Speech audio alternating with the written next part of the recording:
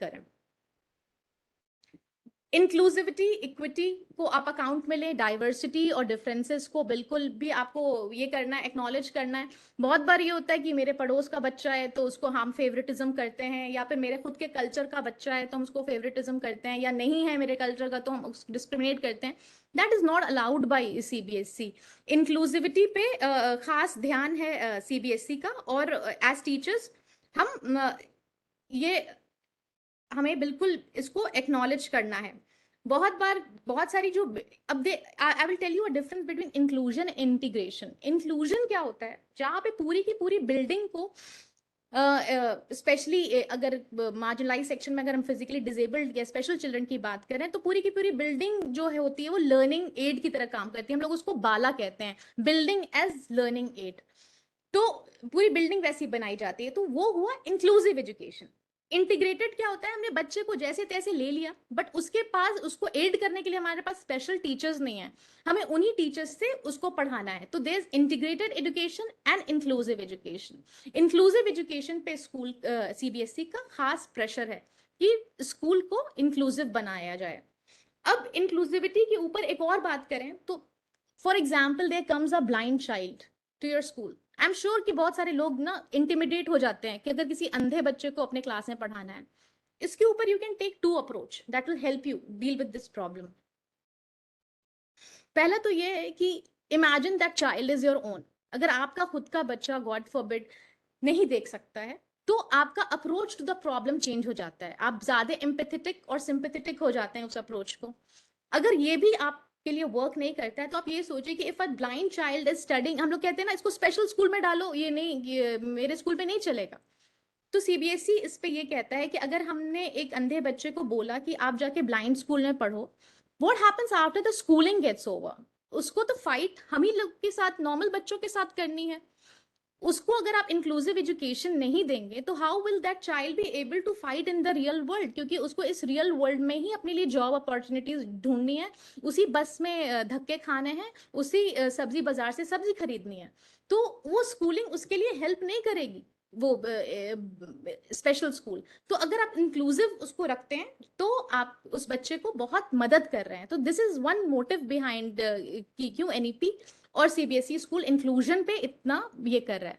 So now if somebody diverse background से या different background से या स्पेशली एड या जो भी जहां पे आप कनेक्ट नहीं कर पाते हैं उस बैकग्राउंड का बच्चा आता है, then you will have at the back of your head कि what CBSE is saying about it and how now we have to go about it. So ये एक क्लैरिटी हम लोगों को आ जाती है। सेफ स्कूल्स हम लोगों की बिल्कुल नीड है कि providing a safe and secure environment ecosystem. Just again you know come to the other side of the table as parents, जब हम अपने बच्चों को स्कूल भेजते हैं तमाम हमारे दिमाग में सवाल होते हैं कि वो स्कूल की बस पे चढ़ेगा कि नहीं, कोई धक्का दे देगा कि नहीं। नॉट फिजिकली सेफ तो रखने की टेंशन होती है। आजकल हम लोग ये सोचते हैं कि बच्चा कहीं इमोशनली डैमेज ना हो जाए, मेंटली डैमेज ना हो जाए, और भी तरह तरह की डैमेज का हमें डर रहता है एज पेरेंट्स। सो अब ऑन द फ्लिप साइड तो इस टीचर इस चीज को ज्यादा बेहतर समझेगी अगर वो पेरेंट के पॉइंट ऑफ व्यू से समझे। तो एज टीचर्स हमें प्रोवाइड करना है बिल्कुल safe and secure environment and ecosystem for the child, so that जो चाइल्ड है वो स्कूल में कंफर्टेबल एनवायरनमेंट में आए और उसका जो फोकस हो सिर्फ और सिर्फ लर्निंग पे हो और किसी चीज पे नहीं हो। उसका स्कूल आने का मोटिव ये होगा कि वो लर्न करे कुछ अच्छी चीज और बेटर सिटीजन बने। So these are some of the guidelines जो सीबीएसई हम टीचर्स से एक्सपेक्ट करता है कि हमें पता होनी चाहिए। Now moving on, continuous augmentation, improvisation teachers को बिल्कुल करना है। सीबीएसई इतनी हैंड होल्डिंग कर रहा है, every day certifications are coming, every day workshops are happening, offline हो रही है, ऑनलाइन हो रही है। तो हमें इनोवेशन में, प्लानिंग में बिल्कुल इंगेज होना है ताकि हम अपने आप को बहुत ज्यादा नॉचेस अप कर सकें, ताकि हम फ्यूचर जनरेशन को 21st सेंचुरी के बिल्कुल लायक बनाए, जहां पे वो 21st सेंचुरी में बिल्कुल बैंग ऑन इस बैटल के लिए तैयार रहे। और चाहे जितनी भी अनप्रिडिक्टेबिलिटी आए और जितने भी चैलेंजेस आए, उनके अंदर इतने सारे स्किल्स होंगे 21st सेंचुरी के जो हम उनके ऊपर ये करेंगे, डालेंगे, इतना कॉम्पिटेंट उनको हम बना देंगे कि वो 21st सेंचुरी के बिल्कुल लायक हो जाएंगे, हर जगह वो सही डिसीजन लेंगे और लीड करेंगे। उसके लिए हमें अपने आप को बहुत इम्प्रोवाइज करना है so that we can lead them. Now, what are the parameters set by CBSE for its teachers? हमने बात की एक्सपेक्टेशन की, जो हमने कुछ पॉइंट्स दिए, विच एंड ऑफ द सेशन एक नटशेल में आपको दिया जाएगा. So if even if you have missed out, वो नटशेल पॉइंट्स देख करके आपको सारी बातें याद आ जाएंगी. तो अब पैरामीटर्स क्या सेट करता है सीबीएसई अपने टीचर्स के लिए, कि क्या क्या पैरामीटर पे अगर आप उतर रहे हैं, then you are a good teacher, you are a bang on teacher. और चेकलिस्ट आपके पास एक हो जाएगी कि इस चेकलिस्ट को हमने टिक किया, ये क्वालिटी मेरे में है, I am in alignment with CBSE. तो because CBSE is what we are working for. और इन केस कोई पॉइंट्स हमें ज्यादा भी हो सकता है, कोई कम भी हो सकता है, so we can catch up with those points here. So CBSE expect करता है कि टीचर एक इफेक्टिव कम्युनिकेटर हो. This goes without saying, teaching without communication की नहीं होती है. इसमें दूसरा पॉइंट ये है कि सीबीएसई एक्सपेक्ट तो करता है कि टीचर इफेक्टिव कम्युनिकेटर हो, वो ये भी एक्सपेक्ट करता है कि टीचर बच्चों को अच्छा कम्युनिकेशन स्किल भी सिखाए. ये दोनों चीज होनी चाहिए, वो खुद अच्छा कम्युनिकेटर हो और बच्चों में कम्युनिकेशन स्किल्स अच्छी सिखाए. तो सबसे पहला पॉइंट है कि a teacher should be able to exchange thoughts and ideas confidently. Obviously जो भी थॉट मेरे पास होगा, जो भी लर्निंग मेरी खुद की होगी, जो चैप्टर की मेरी समझ होगी, उसको मेरे को बिल्कुल confidently, vividly, with clarity in loud language बच्चों को समझाना है, और with all the aids that I can put in. I am able to augment the LSRW. बच्चे को लिसनिंग भी सिखानी है. कम्युनिकेशन का बहुत इंपॉर्टेंट पॉइंट है लिसनिंग. आपने देखा होगा आजकल के बच्चे अपना पॉइंट प्रूफ करने के लिए बहुत बोलते हैं. They are not answering to respond, कि उनको कोई रिस्पॉन्स देना है, उनको बस आंसर करना है, अपना पॉइंट प्रूफ करना है. तो आप उनको लिसनिंग स्किल जरूर सिखाएं. कम्युनिकेशन में at times you have to be a very very good listener. Speaking skills सिखाएं, रीडिंग एंड राइटिंग स्किल्स. तो जब आप ये बच्चों को आप सिखाते हैं, then you are called an effective communicator. Body language बच्चों की समझना भी बहुत जरूरी, बिकॉज बॉडी लैंग्वेज बहुत बड़ा कम्युनिकेशन का एक प्रमाण है. घर के बच्चों को हम तुरंत समझ जाते हैं कि आज बच्चा स्कूल से आया, थोड़ा सा डरा हुआ है, थोड़ा कम बोल रहा है. सिमिलरली बच्चों, हम टीचर्स बच्चों, स्कूल के बच्चों की भी बॉडी लैंग्वेज से बहुत बार समझ जाते हैं, क्योंकि बच्चा बहुत ट्रिगर्ड था, बहुत शांत है. तो इस तरीके की कमांड आपको बॉडी लैंग्वेज को समझने में होनी चाहिए. Syntax syntactical, phonetic and semantic variation क्या होती है? सिंटैक्टिकल क्या होता है? जब कोई जो कोई वर्ड्स को ऐसे सजाना है कि वो मीनिंग दे. अब जैसे कि बहुत छोटे बच्चों को ऐसे दिया जाता है कि इज अ दिस बॉय, तो दिस इज अ बॉय उसको करना है. दिस इज सिंटैक्टिकल, जहां पे वर्ड्स और फ्रेज जो है एक ऐसे स्ट्रक्चर में डालना है जहां पे मीनिंग निकल के आए. तो ये बच्चों को पता होना चाहिए. बहुत बार बच्चे मीनिंग निकाल देते हैं, बट वो सिंटैक्टिकली करेक्ट नहीं होता है. तो ये आपको सिखाना है. फोनेटिक सब जानते हैं, वर्ड्स को ब्रेक करके उनको साउंड देनी होती है. सिमेंटिक क्या होता है? सिमेंटिक एक एग्जांपल आपको दिया जा सकता है कि there is a word called destination. Destination को हम फाइनल स्टॉप भी कह सकते हैं, बट कहीं कहीं पे डेस्टिनेशन वर्ड ज्यादा सूटेबल होगा देन यूजिंग फाइनल स्टॉप. बड़ा फाइनल स्टॉप एक बड़ा मीडियोकर सा वर्ड साउंड कर रहा है, डेस्टिनेशन थोड़ा क्लासी लग रहा है. तो उस तरीके से जिसका शेड्स होता है वर्ड्स का, कि कौन सा शेड हमको यूज करना है, दैट इज सिमेंटिक्स. तो इस तरीके की बारीकी अगर आप बच्चे को सिखा पाते हैं, तो आप उनको इफेक्टिव कम्युनिकेटर बनाएंगे. और रीडिंग और राइटिंग स्किल्स के लिए आप लेटेस्ट ट्रेंड्स बिल्कुल अपनाएं, ताकि बच्चा रीडिंग और राइटिंग, अब पुराना सिस्टम खत्म हो गया कि आप टेक्स्ट बुक खोले, पेज नंबर 1 रटना शुरू करो. आपको इनोवेटिव मेजर्स लेने होंगे reading and writing communication skill in the classroom, जिसके ऊपर बहुत सारी ट्रेनिंग्स सहोदया सीओई की हो रही है कि आप reading writing skills communication skills कैसे बच्चों को do attend those trainings, and you will come up with lots of points. Again inclusion के ऊपर हम लोगों ने बात की है कि segregation is against the law of nature. जब नेचर नहीं मानती है सिग्रीगेशन, तो हम कौन होते हैं बोलने वाले कि हमको इनको पढ़ाना है, इनको हमको नहीं पढ़ाना है. And CBSE is very particular about inclusion, क्योंकि उसमें आरटी में देयर इज अ पॉइंट जहाँ पे आपको इंक्लूजन रखना है. कुछ बच्चों को, स्पेशल बच्चों को आपको अपने स्कूल में एडमिशन देके उनको फ्री एजुकेशन देना है.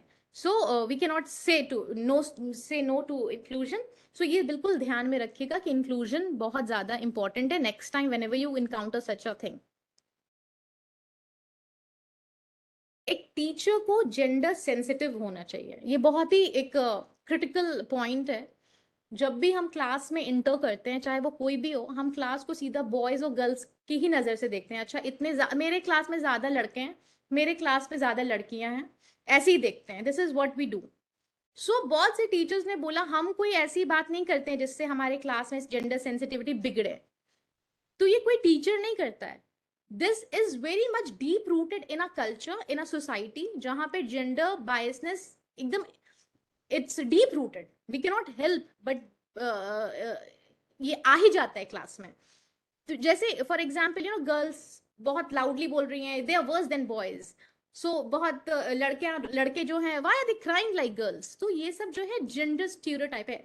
जेंडर सेंसिटिविटी की जरूरत इसलिए है क्योंकि इसने बहुत सारा नुकसान किया है हमारी जनरेशन का, जहां पे लड़के जेंडर स्टीरियोटाइपिंग की वजह से वो जॉब्स नहीं ले पाते हैं डिसीजन जो लड़कियां उनको लगता है कि करती हैं, जैसे कि होटल मैनेजमेंट नहीं करना चाहते हैं, टीचिंग लाइन में बहुत बार नहीं आना चाहते हैं, या फिर फैशन डिजाइनर नहीं बनना चाहते हैं। और जब ये जो उनका एप्टीट्यूड और एटीट्यूड है टूवर्ड्स वोकेशन वो नहीं ले पाते हैं, तो बहुत बार सुसाइड केसेस आपको सुनाई देगा कि होते हैं। ये जेंडर सेंसिटिविटी बहुत ज्यादा जरूरी है, और ये नहीं है कि it's talking about supporting one gender, it's sensitivity to both the genders. बहुत बार आप देखेंगे क्लास में कोई सवाल पूछेंगे तो लड़के बहुत जल्दी हाथ उठा के जवाब देने को रेडी हो जाते हैं। जेंडर सेंसिटिविटी कहता है कि लड़कियों की टेंडेंसी होती है सोच के जवाब देने की, तो जब भी आप कोई सवाल कहते हैं तो wait for some seconds, 3-4 seconds, and तब देखें कि कौन आपको जवाब दे रहा है।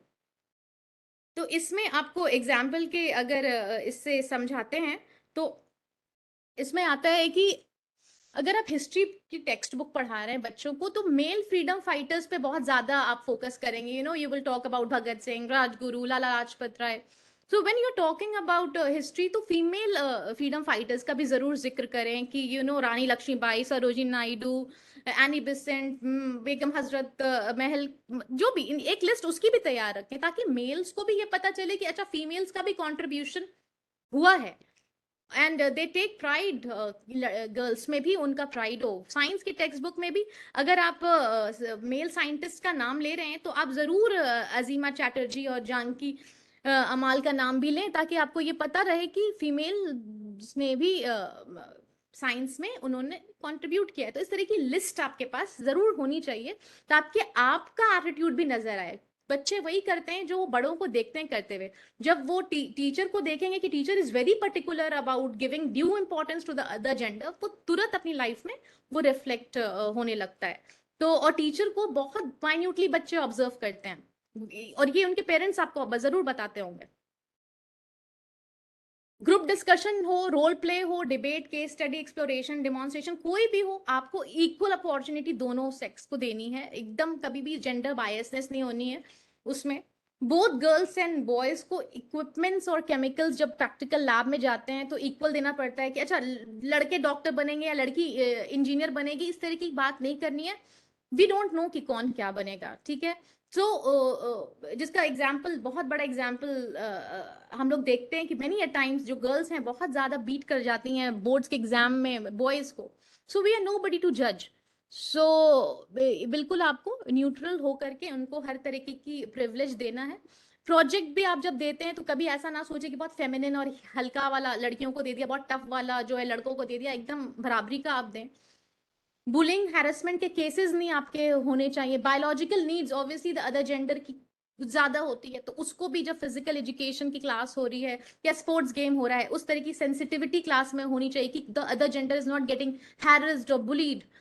लैंग्वेज जो आपकी है बिल्कुल म्यूचुअल रिस्पेक्ट एंड डिग्निटी की होनी चाहिए। बहुत बार रेफरेंस दिया गया कि चेयरमैन नहीं बोलना चाहिए क्योंकि चेयरमैन चेयरपर्सन भी होता है, बिजनेस मैन नहीं बिजनेस पर्सन होना चाहिए, इसलिए क्योंकि एक मैन के साथ इसको नहीं जोड़े। इंदिरा नूई और Sudha Murthy they are big examples of CEO and big business women. So there are plethora of examples which will come from the corporate world जहाँ पे औरतों ने बहुत अच्छा परफॉर्म किया है। And again this is not about taking favour of one gender, बिल्कुल neutrality होनी चाहिए और सेंसिटिविटी होनी चाहिए। Now a teacher should B ethics sensitive. Ethics sensitive क्या होता है? सही और गलत के बीच में आपको फर्क करने की क्षमता होनी चाहिए। अगर आप एथिक सेंसिटिविटी आप में होगी तभी आपके बच्चे में आएगी। बहुत बार जो बच्चे होते हैं कुछ ऐसा साइकोलॉजिकल, सोशल, लीगल या मॉरल बिहेवियर दिखा देते हैं जो कि एक्सेप्टेबल नहीं है। Now how will I know कि जो बच्चा कर रहा है वो एक्सेप्टेबल नहीं है, मेरा रेफरेंस पॉइंट क्या है? तो आपका रेफरेंस पॉइंट है वेरियस हैंडबुक्स जो आती हैं ethical sensitivity in a classroom में। बहुत बार सेशन होते हैं जहां पे आपको बताते हैं, एनईपी खुद कहता है कि आप राइट और रॉन्ग की समझ बच्चों को बिल्कुल फाउंडेशनल ईयर्स में दें, ताकि वो बड़े होके चीटिंग, वायलेंस, नकल करना, लिटरिंग, टॉलरेंस, एम्पैथी जैसी उनके बीच में उनको समझ हो कि अच्छा क्या है और गलत क्या है। I can not copy somebody stuff and say that this is mine, plagiarism is not allowed. ये बच्चों को पता ही नहीं है, वो इंटरनेट पे जाते हैं, कॉपी पेस्ट करते हैं और टीचर को बहुत ऑडेसिटी के साथ प्रेजेंट करते हैं। उनको किसी ने नहीं बताया है कि this is a crime, this can be a civil crime. So इस तरीके की समझ आपको देनी है एथिक की। इमोशनल क्वोशंट के फॉलो अप जरूर करें आप बच्चों का। What is emotional quotient? वो very very common these days. Corona के टाइम में बहुत लोगों ने अपने फैमिली मेंबर्स को खोया है। बहुत सारे बच्चे जो होते हैं सेक्सुअल अब्यूज का होते हैं, बहुत सारे बच्चे जो होते हैं वो सिंगल पेरेंट उनको पालते हैं, उनकी लाइफ में बहुत सारा वॉइड होता है। तो एज टीचर्स हमें इनके इमोशनल क्वोशंट पे हमेशा काम करना है, उनके साथ बात करनी है, उनकी काउंसलिंग करनी है। सीबीएसई का खास ध्यान है काउंसलर्स पे। काउंसलर्स सिर्फ छोटे बच्चों को ही काउंसिल नहीं करते हैं, जबकि टीचर्स को भी काउंसलिंग करते हैं। और काउंसलिंग से बहुत सी चीज जो होती है, अगर बच्चा डिप्रेशन के वर्ज पर है जाने के, तो काउंसलिंग से बहुत बार मामला अच्छा हो जाता है, बच्चे फिर से लाइफ को जीने में इंटरेस्टेड हो जाते हैं। तो ये सब बच्चे बुली का या मार्जिनलाइजेशन का शिकार ना बन जाए in your class. You have to very very particular and you have to take a periodic follow up of the emotional quotient of your students. Is able to respond to vulnerable students. As a teacher मेरी बिल्कुल जिम्मेदारी है vulnerable students को respond करने की। Vulnerable students क्या होते हैं? कुछ स्टूडेंट जिनको एक्स्ट्रा सपोर्ट चाहिए रहता है। बहुत सारे बच्चे होते हैं जिनको एक्स्ट्रा सपोर्ट चाहिए रहता है। ओसीडी इज वन थिंग, जहाँ पे एक बच्चा रिपीटेडली एक ही चीज को बार बार करता रहता है, देखता रहता है सब साफ है कि नहीं, या अरेंज करता रहता है। तो ये एक क्लिनिकल डिसऑर्डर है, तो आपको उसको एक्स्ट्रा सपोर्ट देना पड़ेगा। At times you have to shake that child, it's okay not to clean things up. और आपको पता भी नहीं है कि एज टीचर्स हमारी बात का कितना ज्यादा इम्पैक्ट होता है। तो हमें वल्नरेबल स्टूडेंट्स के लिए एक एटमोसफियर बनाना है where kids are very comfortable and they are very relaxed and they are not worried कि कोई मेरा कंपैरिजन किसी से होगा who is normal and is doing well। आपको ऐसा एक एटमोसफियर क्लास का बनाना है so that only learning is happening. क्या है मकसद? That only learning is happening. Children जो है जो क्लास में आए, they are endowed with lot of learning that you are imparting to them। If a child has come up with something जो आपको वो बहुत ट्रस्ट में रख के बता रहा है, तो इट्स ड्यूटी कि उसको कॉन्फिडेंशियल रखे। ये भी एथिक्स है। आप प्रिवेंट करें किसी भी तरीके का बायस, और ओपन एंडेड क्वेश्चन जरूर करें टू चेक कि आपके बच्चों में एथिकल सेंसिटिविटी है कि नहीं। कि अगर एग्जाम का पेपर है, अगर आज मैं लीक कर दूं, तो so you will get an answer कि यस सर लीक कर दीजिए, एंड समबडी विल से नहीं सर नहीं लीक कीजिए। देन जो जिन्होंने जो आंसर दिया, आपको उसको अप्रोप्रिएटली आपको उनको बताना है कि नो, लीकिंग से कोई नहीं, आज आज शायद फायदा हो जाएगा, लॉन्ग रन में नुकसान है। सो इस तरीके की एथिक सेंसिटिविटी आपको बिल्कुल बतानी है। This is again CBSE expectation from us. Favouritism नहीं करना है, पड़ोस का बच्चा है तो ज्यादा मार्क्स दे दिया, अपने अच्छा नहीं लगता है बच्चा देखने में तो खराब मार्क्स दे दिया। फेवरेटिज्म नहीं कर सकते हैं, डिस्क्रिमिनेशन नहीं कर सकते हैं। अपने प्रोफेशन को लेके बिल्कुल कमिटेड रहे, ये भी एथिक्स में आता है। हमारा अल्टीमेट मोटिव एज टीचर्स क्या है? कि हम अपने प्रोफेशन पे ध्यान दें, पढ़ाने आते हैं, फ्यूचर जनरेशन को सींचने आते हैं, उसके आगे हमारा कोई काम नहीं है, वहीं तक कमिटेड रहें अपने प्रोफेशन को, उसी को मद्देनजर रख के सारे काम करें। अपने आप को बिल्कुल इम्प्रोवाइज करते रहें। CBSE is coming up with lot of certification, workshop licenses, do get them and improvise yourself by lot of learning and then impart it to the children. Cordial relationship रखना है कलीग्स के साथ। Colleagues के साथ रोज के झगड़े होते हैं, but it should not never come in front of your kids. Kids के सामने कभी भी आपके और आपके को उसके को टीचर, सब्जेक्ट टीचर के बीच में क्या रिलेशन है, कभी नहीं आना चाहिए। It's a strict no no from CBSE. Admin के गाइडलाइंस में काम करना है। सीबीएसई का कुछ भी जो आता है, सर्कुलर आता है, कोई भी गाइडलाइंस आती है, वो एडमिन के पास आती है, वो टीचर्स के पास जनरली बाद में आती है।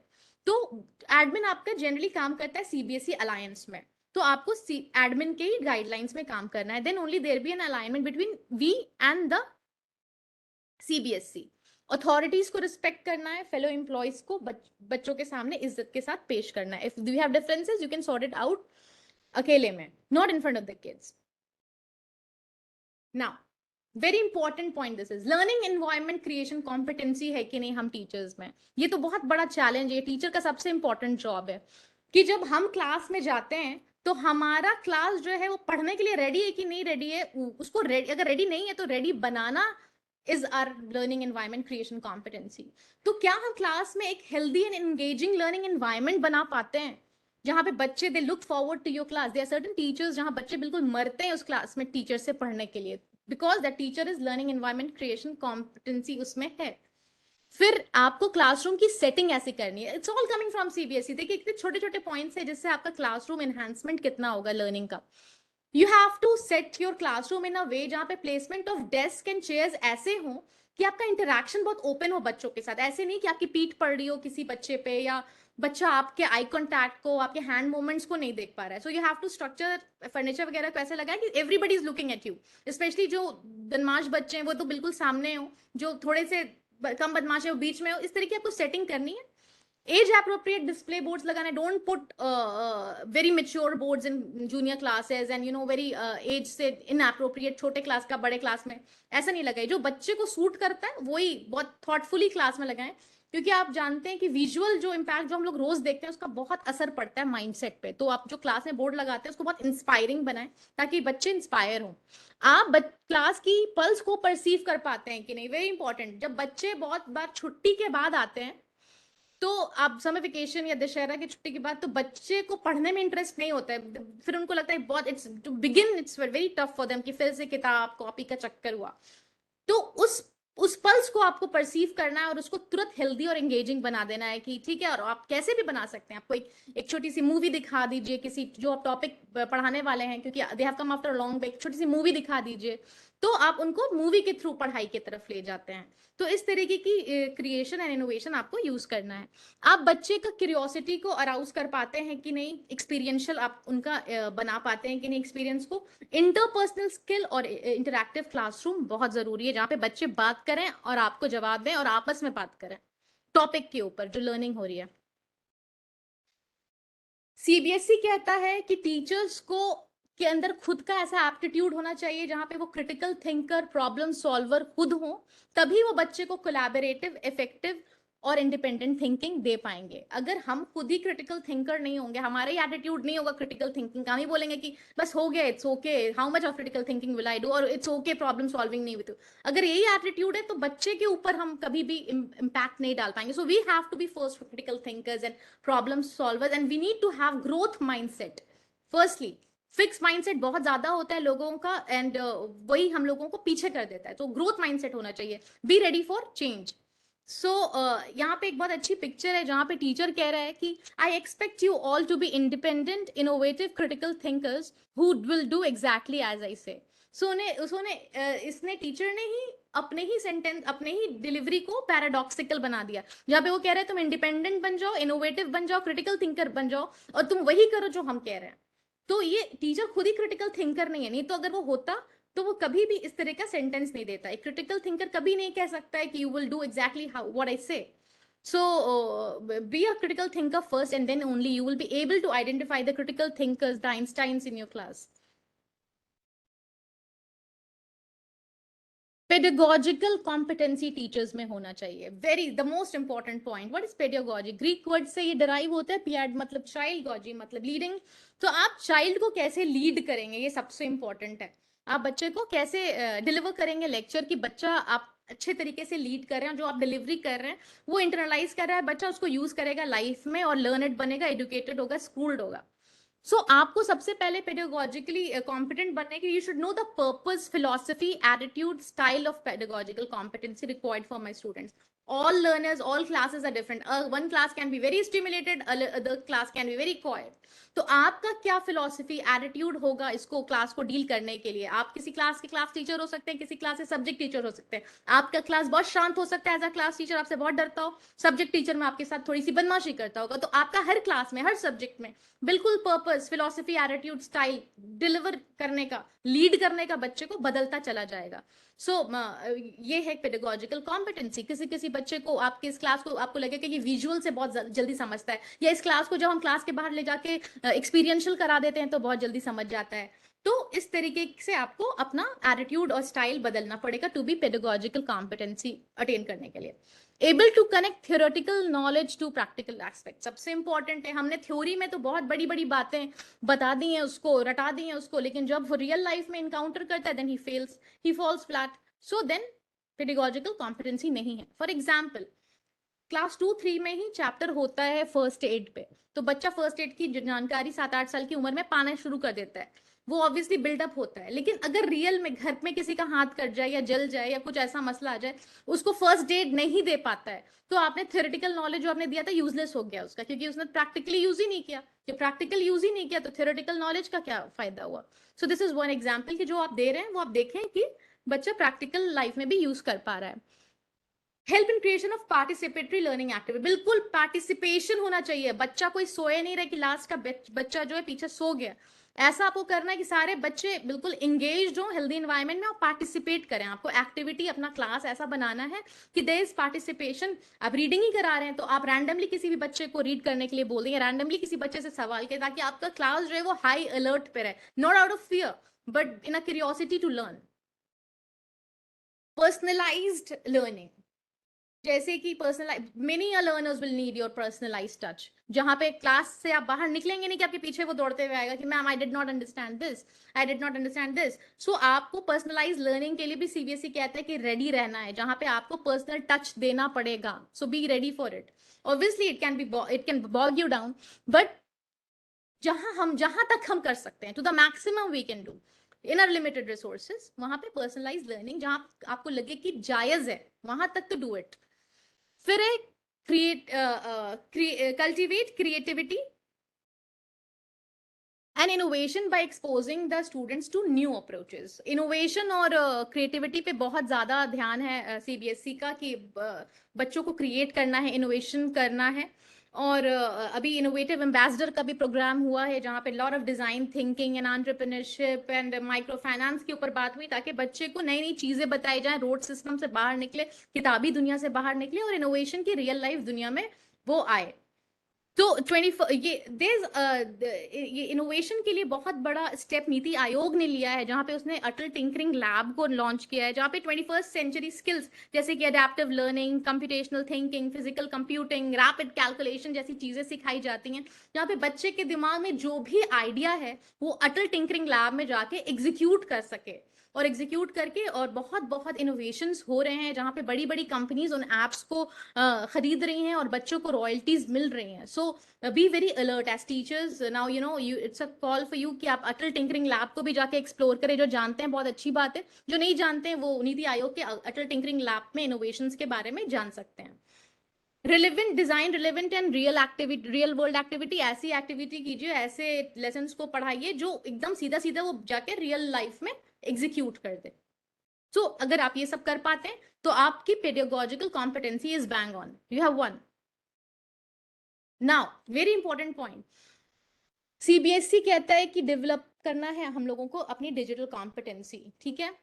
तो हर स्कूल में ब्रॉडबैंड की सुविधा सबके पास है, टीचर्स को लॉट ऑफ रिसर्च करना है उस ब्रॉडबैंड की सुविधा स्कूल की लेने in your leisure time whenever the school allows you.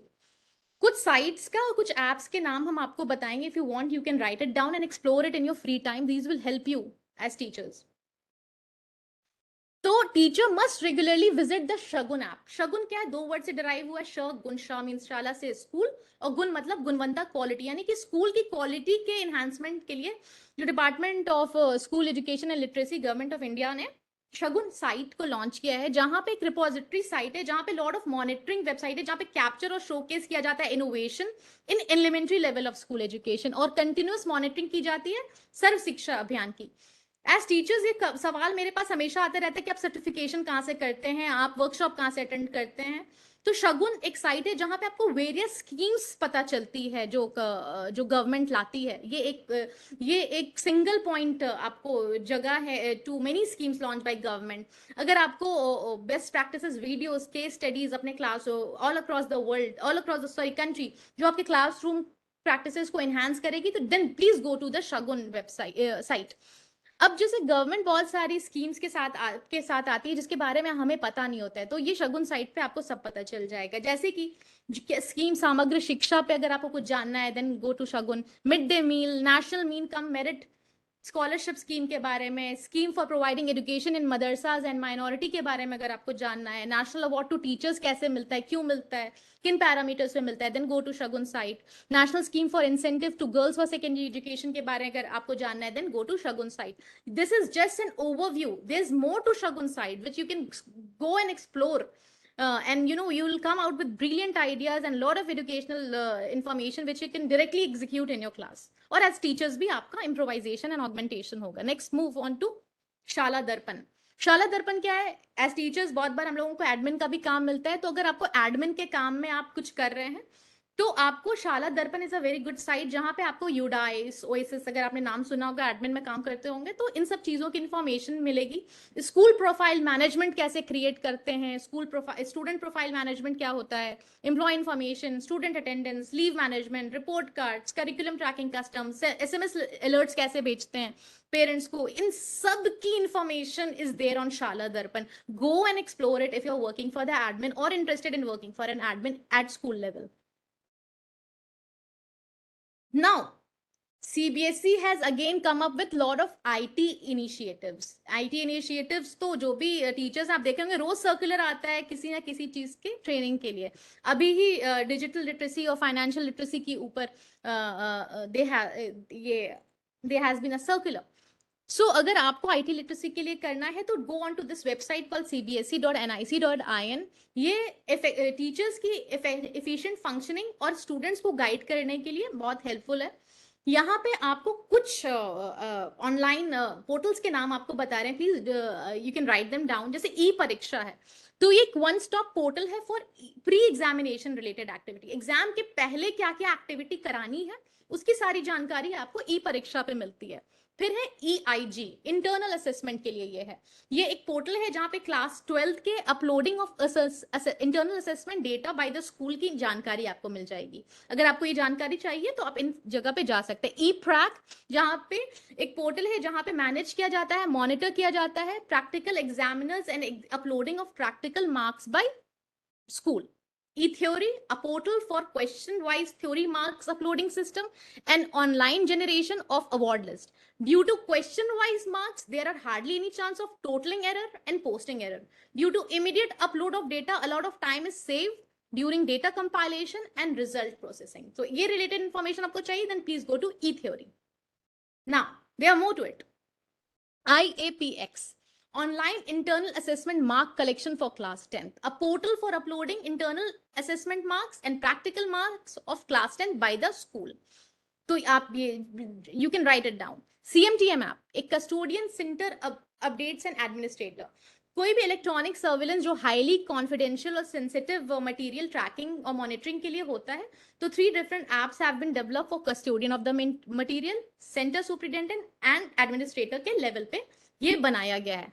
Digital locker, अभी कुछ दिन पहले CBSE का सर्कुलर आया था डिजिटल लॉकर के लिए। तो डिजिटल लॉकर क्या होता है? You can access document such as marksheet, passing certificate and migration certificate in digital locker. Digital lockers are created for all students of class 10th and 12th every year. The credentials are sent on their mobile number submitted by school. Student can access their result through digital locker. And next is Parinam Manjusha. This is a CBSE academic repository connected with digital locker. Digital locker के साथ ही होता है। Students, academic institution, employees, regional office can log into this portal in order to manage, verify academic documents of student. So you can write it down. ये सारी चीजें हैं जो as teachers आपको बिल्कुल पता होनी चाहिए, ताकि अगर आपके सामने कोई भी बच्चा क्वेरी लेकर के आता है, you are armed with these kinds of facts and data. Okay? And these are CBSE का IT initiative which teachers should be completely endowed with. Now, I have tried कि कुछ भी ना बच जाए टीचर्स की नजर से, so I have compiled this also कि अगर आपको ट्रेन होना है, अपने आप को बहुत इम्प्रोवाइज और ऑगमेंट करना है, तो देयर इज अनदर, ये सारे पोर्टल्स हैं। COE, everybody know, centre of excellence, हम लोग उसकी ट्रेनिंग हर महीने 5 करते हैं और बहुत सारी लर्निंग करते हैं। Sahodaya, way we are, right now. NISHTHA is another portal जहां पे जाकर के आप लॉट्स ऑफ लर्निंग कर सकते हैं एलिमेंट्री लेवल पे, वो भी इंक्लूजन के ऊपर। उसमें बहुत अच्छे अच्छे वीडियोस हैं, जेंडर सेंसिटिविटी के ऊपर, उसके ऊपर बहुत अच्छे वीडियोस हैं। जहां भी जो आपको लगता है इज माई रिक्वायरमेंट, मेरे क्लास में ये चीज नहीं है, you can go on these portals and get lots of information और अपनी क्लासरूम टीचिंग को बिल्कुल सुधार सकते हैं। DIKSHA, lots of training comes from DIKSHA, और ये इसमें पीडीएफ्स अवेलेबल होते हैं जहां से आप पीडीएफ को डाउनलोड करके अपनी लर्निंग कर सकते हैं। और सेल्फ पेस्ड ट्रेनिंग होती है जहां पे आप सेल्फ पेस्ड सर्टिफिकेशन पा सकते हैं और अपने आप को एनहांस कर सकते हैं, अपने नॉलेज को। विद्या दान, एज द वर्ड सजेस्ट, यहाँ पे बहुत सारा दान होता है जहां पे लोग अपने कंटेंट का, अपने नॉलेज का दान करते हैं। तो ये बहुत ही लोडेड होता है विथ लॉट्स ऑफ इंफॉर्मेशन जो स्कूली बच्चों को चाहिए होती है, और हम टीचर्स उसका बेहतरीन फायदा उठा करके we can get a lot of knowledge from Vidyadaan, जो दान और लोगों ने ऑल अक्रॉस द कंट्री किया है, वहां से we can take a lot of benefit out of it. Shiksha Vani radio पे आता है, और ये बहुत ट्रांसपेरेंट एक सिस्टम बताता है कि सीबीएसई के नए नए चीजें क्या क्या हैं, क्या क्या स्कीम्स हैं, क्या क्या मेथडोलॉजीज हैं, स्ट्रैटेजीज हैं। बहुत ही अच्छा है और शिक्षा वाणी को जरूर सुनना चाहिए। अगर आपके पास टाइम नहीं है स्कूल के बाद इन सारी चीजों का, देन शिक्षा वाणी को आप एंटरटेनमेंट के लिए बहुत इंफॉर्मेशन आपको मिल जाती है। ना teachers should be aware of CBSE policies. Okay, so teachers should know about hub of learning. Now what is hub of learning? तो हब ऑफ लर्निंग क्या होते हैं, टीचर्स को शायद पता हो, बहुत अच्छी बात है। नहीं पता है तो उनके लिए बता दें कि कुछ छोटे छोटे छोटे स्कूल्स होते हैं और उनका एक लीड कोलैबोरेटर होता है। तो ये जो छोटे छोटे स्कूल होते हैं, ये आपस में लीड कोलैबोरेटर के साथ मिलके जो भी मेरी वीकनेसेस है और जिसमें वो स्ट्रेंथ नजर आता है, वहां से वो एक्टिविटी लेकर के अपने स्कूल में रिप्लिकेट करते हैं। इससे बहुत सारी लर्निंग होने लगती है। कोई भी चीज जो मेरे को लगता है मेरे स्कूल में I am lagging behind in it and that school has it, so we can take inspiration from them and even your school can give inspiration. इसमें कोई भी बड़ा छोटा नहीं होता है, इट्स ऑल टू एनहांस, और एंड ऑफ द डे बच्चे का फायदा होना चाहिए। It's all related to child, it's a child centred approach that CBSE has taken up. End of the day बच्चों का फायदा होना चाहिए, इसलिए हब ऑफ लर्निंग बनाई गई है। हब ऑफ लर्निंग की अभी एक एक्टिविटी चल रही है financial literacy and digital tool पे, जिसमें we will learn a lot about financial literacy, और फिर हम लोग अपने बच्चों को देंगे जहां पे हब्स जो है अपने लीड कोलैबोरेटर में जाकर के ये सब लर्निंग ले रहे हैं। टीचर्स को पता होना चाहिए सब्जेक्ट चेंज प्रोसीजर। अगर हम साइंस के टीचर हैं और मेरे को बायो के टीचर और फिजिक्स पढ़ाने का मिल गया है क्लास में, तो किस तरीके से पढ़ाएंगे, या इंग्लिश के टीचर हैं और सोशल साइंस मिल गया है तो क्या उसका प्रोसीजर क्या है। So you should know the exact way how to go about it. कुछ भी नहीं हो सकता है, there are guidelines and structures to it, so you should be endowed with it. Subject combination students कैसे ऑप्ट करता है, किस सब्जेक्ट के साथ क्या जाता है, ये भी टीचर को पता होना चाहिए। कल को आपसे बच्चा आके पूछे, you should be endowed with that kind of knowledge कि हाँ तुम ये इसके साथ ये ले सकते हो, अगर इसके साथ ये लोगे तो तुम्हारे लिए ये वोकेशन खुल जाएगा, अगर तुम इसके साथ ये नहीं लोगे तो तुमको ये मसला आ सकता है। So this kind of subject combination जो स्टूडेंट्स ऑप्ट करते हैं उसकी भी आपको कंप्लीट जानकारी होनी चाहिए। Is aware of the latest pedagogical practices recommended by CBSE. CBSE has showered us with pedagogical practices, right from flipped classroom to art integration, experiential learning, and there's an endless list, competency based learning. So aap bilkul whatever suits you and your class, do apply that. Take it from CBSE. Lot of hand holding, lot of handbooks, lot of structuring sessions are coming. Do attend them. Write them down and enrich your curriculum by the latest pedagogical practices that CBSE is giving us. We should not waste any time and energy that CBSE is investing on us. Take those points and enrich the curriculum so that our kids become 21st century ready. Now, annual pedagogical सब सारे teachers को पता होना चाहिए कि क्या होता है, जिसमें गोल सेटिंग की बात होती है कि इतने से इतने टाइम में हमको ये करना है, इतने से इतने टाइम में ये करना है, ताकि एक एकेडमिक सेशन में आप हर चीज कर पाए। कोई भी चीज ये नहीं रह जाए कि okay not in this session next session, उससे मेरे बच्चों का नुकसान हो जाएगा। सो आपको बहुत नॉर्मल गोल, अच्छी गोल सेटिंग प्लानिंग अहेड करनी है, ताकि एक साल में आप मैक्सिमम बच्चों को इनरिच कर सकें और खुद को भी इनरिच कर सकें। There's a separate handbook on experiential learning, art integration, joyful classroom, anger-free zone. तो इस तरीके की हैंडबुक आप जरूर पढ़ें। अगर आपको लगता है कि एक्सपीरियंशियल लर्निंग सुन तो रहे हैं बट इसको एक्सक्यूट कैसे करना है क्लास में, there is a handbook available जहाँ पे plethora of ideas are given. आपको आर्ट इंटीग्रेशन करने का मन है बट समझ नहीं आ रहा है कैसे art integration, there is a handbook available, it's available on PDFs on online. CBSE की ही हैंडबुक है सारी, आप do read them and you will get abundant ideas, और आप इसको बिल्कुल एग्जीक्यूट कर सकते हैं और बच्चों का एक्सपीरियंस को इनरिच कर सकते हैं। तो सीबीएसई ये भी एक्सपेक्ट करता है कि जो वो गाइडलाइन दे रहा है उसको आप जरूर अपनाएं।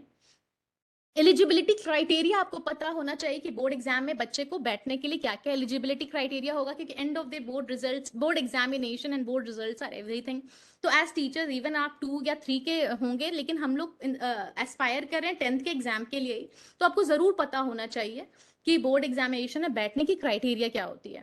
सीबीएसई सर्कुलर्स हर वक्त आते रहते हैं, हमने आपको पहले भी सीबीएसई के पोर्टल का नाम बताया, cbse.nic.in, जहाँ पे वो एकेडमिक साइट पे आपको जाना है, राइट लेफ्ट हैंड साइड पे सर्कुलर्स रहते हैं। Do read the circulars, they come up almost every day. और आप असेसमेंट के ऊपर, क्लासरूम स्ट्रैटेजीज के ऊपर बहुत तरीके की ट्रेनिंग आती है, जहाँ पे go get those trainings done and get a lot of certificates and enrich the experience. Facilitate करना है एक mandatory sports per day as class teacher, sports को जरूरी बताया है सीबीएसई ने, तो जरूर फैसिलिटेट करें। और जो भी इनपुट्स जो वेबसाइट पे आती है, अगेन इट हैज कम कि आप वेबसाइट जरूर रेफर करें एज टीचर्स, जहां से आप बिल्कुल क्लूलेस और डायरेक्शनलेस नहीं रहेंगे, आपको पता रहेगा कि जिसके लिए हम काम कर रहे हैं वो आखिर हमसे चाहता क्या है। सो वेबसाइट को आप ऑन एंड ऑफ चेक करते रहें। एंड सीबीएसई वेबसाइट को चेक करें कि किस तरह के एग्जाम होने वाले हैं, एडमिनिस्ट्रेशन और एफिलिएशन के बारे में। अगर आप ये तमाम चीजें जान जाएंगे तो आप सीबीएसई के एक्सपेक्टेशन पे बिल्कुल खरे उतर जाएंगे। और देयर इज नथिंग एल्स, हमने आपको पैनोरामिक ओवरव्यू पूरा दे दिया है, और अब आपके ऊपर है कि how deep you want to go in each of the points. Now last, that CBSE expects satisfaction of all stakeholders. So end of the day क्या है कि सारे stakeholders खुश रहें। The management should be happy with our teaching. The parents should be happy that we are there, the teachers. Kids happy हों, और सबसे important है कि हम खुद भी बहुत खुश हों इस प्रोसेस में, क्योंकि ये जो काम हमें दिया गया है, इट्स अ नोबल कॉज। हम लोगों को पूरा का पूरा जनरेशन हमारे हाथ में छोड़ दिया गया है और उसको कार्व आउट करना है, तो it's a huge responsibility which we have been given. और इसके लिए सीबीएसई ने हमें अकेला नहीं छोड़ा है, इसकी बहुत हैंड होल्डिंग हो रही है और हर तरीके से हमें गाइड किया जा रहा है और स्ट्रक्चर प्रोवाइड किया जा रहा है। So please take help of CBSE to enrich everybody's experience and to become the best teachers. इसको हमने नटशेल में कॉम्प्राइज किया क्योंकि इतने सारे पॉइंट्स थे, सो आई थॉट कि आप लास्ट में अगर एक स्क्रीनशॉट भी ले लेंगे then you will be able to get the points in brief. So I've taken the session in a nutshell. So if you want to take a screenshot, you can take a screenshot. And I think the session has come to an end. This picture I came across today, so I thought of sharing it with you all. शिक्षक कभी साधारण नहीं होता, प्रलय और निर्माण उसकी गोद में खेलते हैं. This is Rocky Murmu. So thank you, madam. Hello. So Yes, thank you sir. for such a nice interactive session, madam. And I hope all the participants must have enjoyed and taken a lot from you what the teachers should do for CBSE and what CBSE wants for the teachers. And thank you. Have a nice day. Thank you, sir.